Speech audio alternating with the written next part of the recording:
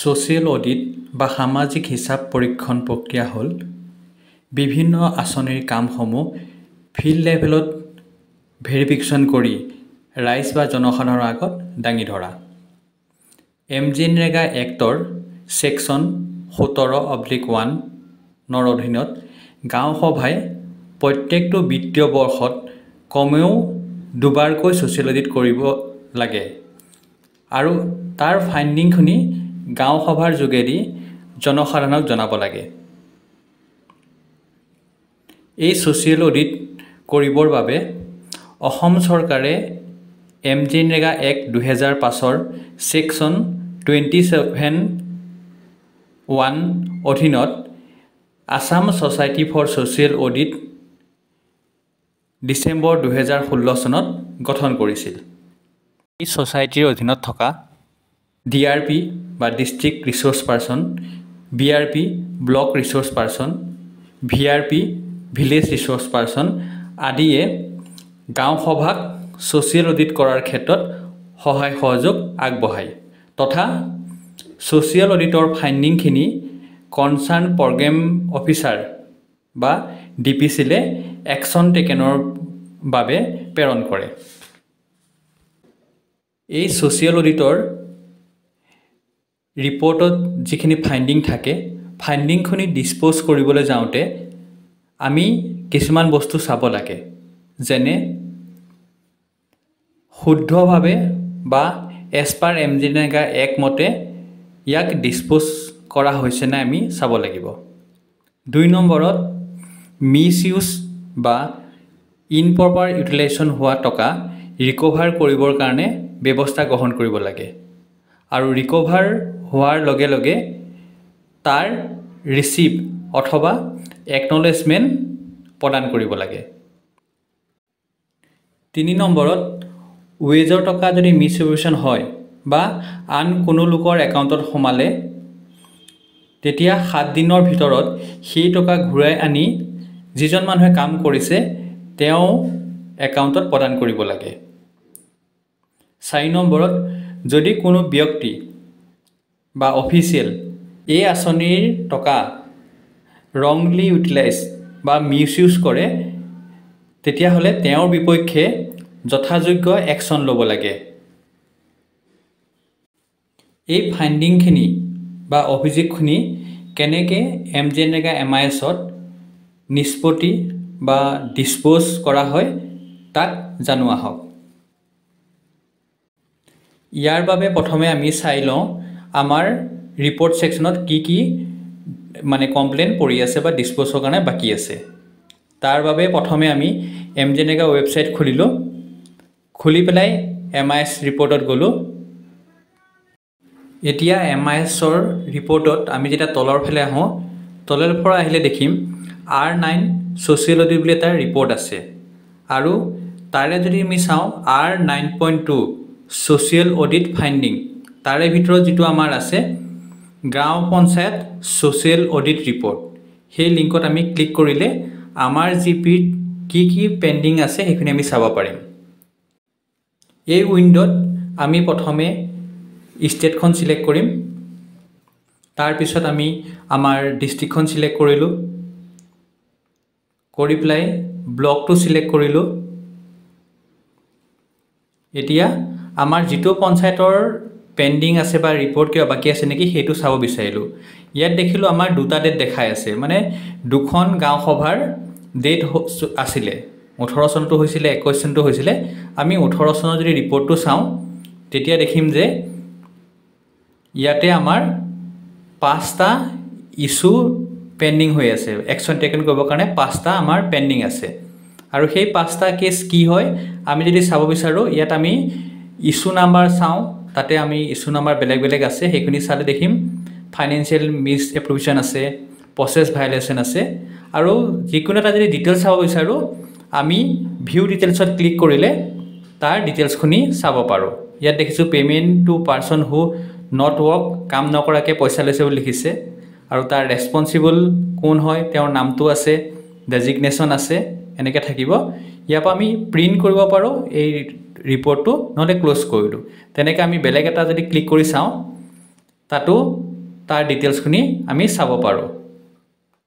ইয়াত দেখাইছে job card have been maintain poorly আৰু তাতে আমি সেই জব কাৰ্ডৰ ডিটেইলছখিনি আছিলে আৰু কোন ৰেছপন্সিবল তেওঁৰ নাম আছে ইয়াত সেক্ৰেটাৰী জিআৰএছ দুজন নাম আছে তেনেকৈ আমি ডিটেইলছখিনি চাব পাৰোঁ আৰু এই ডিটেইলছখিনি যদি আমি ডিসপোজ কৰিব বিচাৰোঁ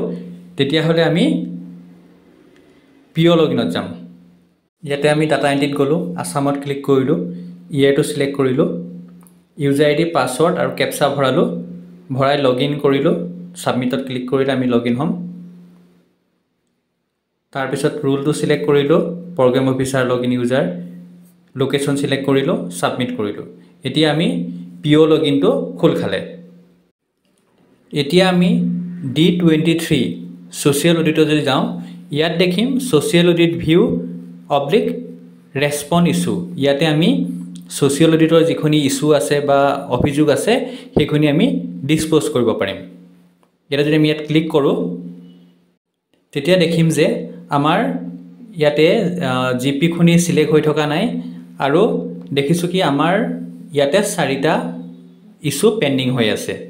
মানে এইটো ব্লকৰ এতিয়ালৈকে 4টা ডিসপোজ কৰিব আছে আমাৰ যদি বহুত থাকে তেতিয়াহলে আমি জিপি সিলেক্ট কৰিব লাগিব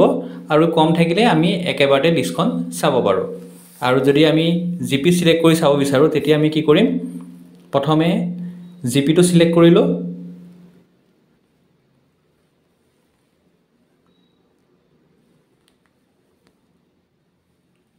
তাৰ পিছত আমি গেট ডিটেইলছত ক্লিক কৰিলে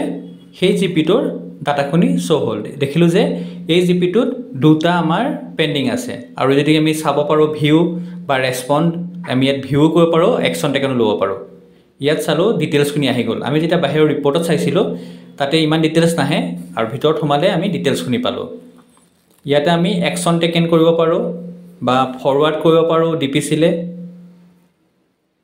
এনে ধৰ আমাৰ কিছুমান কাম কৰিব পাৰো আৰু ফৰ এক্সাম্পল একশন টেকেন আমি দিলো তাৰে ভিতৰত যদি আমাৰ ফান্ড মিসইউজ বা কোনবা অফিচিয়েল জড়িত আছিল তাৰ এগেইনষ্ট যদি আমি এফআইআৰ লছ কৰিছো তেতিয়া হলে ইয়াতে আমি সিলেক্ট কৰিম এফআইআৰ হেজ বিন ফিল্ড ইয়াত আমাৰ বহুত অপচন আছে আমাক যেটো অপচন লাগে সেই অপচনটো সিলেক্ট কৰিলো কৰাৰ লগে লগে ৰেসপন্স ডেসক্ৰিপচন আমি যেটো একশন লৈছো তাৰ ডেসক্ৰিপচন দিব লাগিব ফৰ এক্সাম্পল যদি আমি এফআইআৰ লছ কৰিছো তাৰ ডিটেইলছ এফআইআৰ কেতিয়া লছ কৰিছিলো কোন থানাত লছ কৰিছিলো কাৰ নামত লছ কৰিছিলো সেই গুটেখিনি ইয়াত আমি ভৰাব লাগিব ডেসক্ৰিপচনটো আমি ভৰোৱাৰ পিছত আমি তলত এটা বটন পাম do you want to forward to social audit resource person আমি ডিস্ট্ৰিক্ট ৰিসোৰ্স পাৰসন বা ষ্টেট ৰিসোৰ্স পাৰসনক আমি এটো কপি পঠাম নেকি যদি তাতে আমি ক্লিক কৰো তেওঁলোকলৈ এটা ৰেসপন্স যাব আৰু যদি আমি সাবমিট কৰিব বিচাৰো এই সাবমিট বটনত ক্লিক কৰিলে আমাৰ যেটো অভিযোগ আছে বা একশন টেকেন আছে ডিসপোজ হৈ যাব যদি এই ইভেন্টছটোৰ আমি ৰিকভাৰি কৰিছো ফান্ড যদি ৰিকভাৰি কৰিছো তেতিয়া হলে আমি